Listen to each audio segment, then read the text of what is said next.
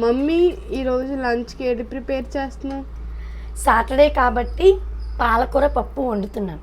దీన్నే పాలకూర పప్పు కూడా అంటారు తెలుసా.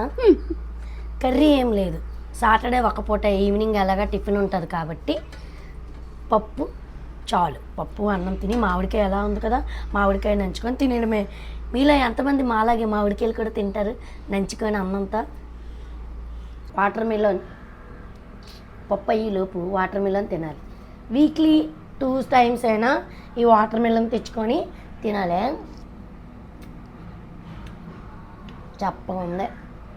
చప్పగున్నా తీగున్న వాటర్ మిలన్ శరీరానికి మంచిది కాబట్టి తినాల్సిందే.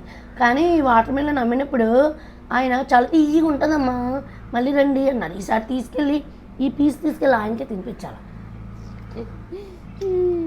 ఇలాగే చెప్తారా మీకు కూడా?